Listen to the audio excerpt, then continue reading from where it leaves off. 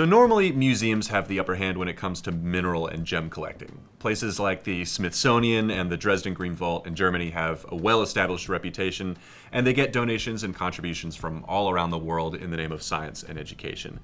This means, however, that privately owned collections of size and quality that are comparable to the world's best museums are definitely worth talking about.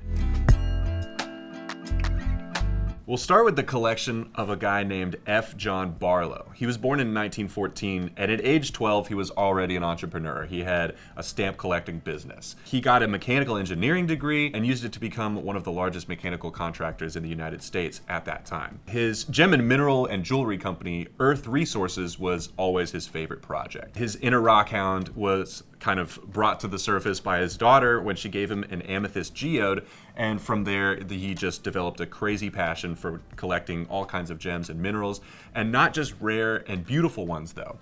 I think one of the things that made his collection so unique were his suites. So a suite is kind of like a playlist centered around a theme or a vibe that features gems and minerals of all values and rarity. One of his most famous suites was his Mexico suite. It had 468 mineral specimens that he collected from all over Mexico, including rhodochrosites, ludlamites, lagrandites, adamites, purple credites, and vivianite. 266 of these minerals were featured in little mini suites that represented specific locales. He would buy out entire pockets in mines just to develop these mini suites, resulting in one of the most thorough representations of crystal habits, mineral associations, and mineral varieties that had ever been seen. This gave his suites tremendous scientific value regardless of the aesthetics of the specimens in the collection. One of Barlow's favorite locales was the Tourmaline Queen mine, where he gathered a bunch of individual crystals before having the entire pocket extracted and reassembled for the public to appreciate, which is insane.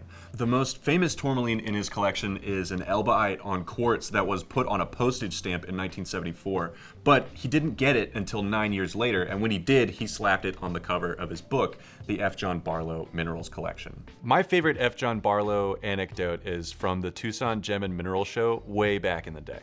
In the early days of the show, the circuit breakers at the venue couldn't handle the demanding lighting, and they would flicker out all the time.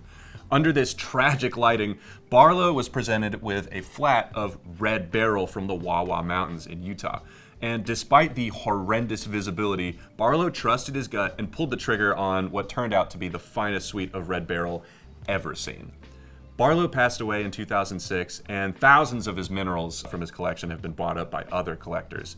His specimens often re-enter the market from time to time, so keep your eyes peeled if you want in on a little piece of gemological history. Next is one of the largest mineral collections amassed by a private collector ever. The private collector in question is named Joe Francese, who over the course of 50 years gathered up over 8,000 specimens all over his home in Australia and the rest of the world. Like Barlow's collection, this one has strong scientific value. He's got detailed locality information and very thorough record keeping, which means that there are very few mystery specimens, like, oh, what is this crystal? I don't know, it came from the bush, I don't know what it is. There's none of that in this collection. It also features a lot of micro specimens, which are small minerals that have a lot of scientific value to them. One of the most striking specimens is a really sharp, smoky quartz crystal that's studded with spinel crystals, which is a really rare piece because spinel and quartz rarely occur together in nature. It comes from Myanmar, and it was found in a Buddhist shrine inside the home of a miner who originally found the crystal. Another key mineral is a very large cassiterite with quartz, which is very rare and not really collected anymore these days, so specimens are scarce. The collection also represents many classic and famous mines from around the world that are no longer accessible, including the Broken Hill mine in Queensland, Australia.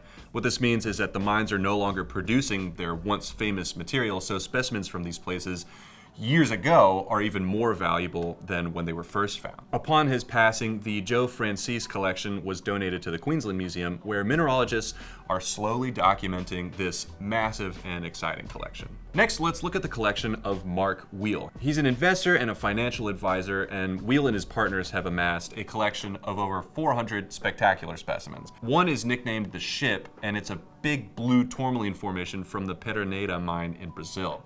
The ridiculous 12-inch crystals are set in a matrix of really gemmy quartz, and it looks like the masts of a ship. It's valued at $750,000. He's also got a jaw-dropping rhodochrosite crystal from the Sweet Home mine. It's very gemmy, very lustrous, and it's seriously deep red in color.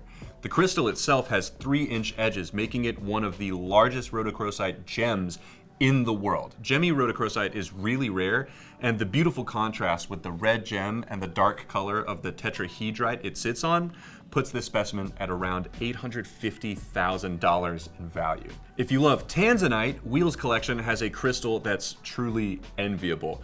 Rough tanzanite has to be pretty spectacular to not be cut, given the value of faceted material. And this one is. It's very large, has very sharp edges, and is exceptionally lustrous. And it's 80% internally flawless, that's a lot of checked boxes. It's also strongly trichroic, which is an optical phenomenon seen in tanzanite, where it can display a different color when it's viewed along a different optic axis. The last specimen we're going to look at from this collection is super cool. It's a 6.5-inch gold specimen in its crystal form, which is an exceptionally rare phenomenon. It sits on a pretty white matrix, and if it were melted down, it would yield about 15 ounces of gold. At $600 an ounce, it would be worth maybe $9 grand. However, in this rare and large crystal form, it's worth closer to $400,000. Other notable specimens include an outrageous textbook aquamarine crystal, a charming little calcite twin, and a massive fluorite formation with a lustrous little pyrite on top.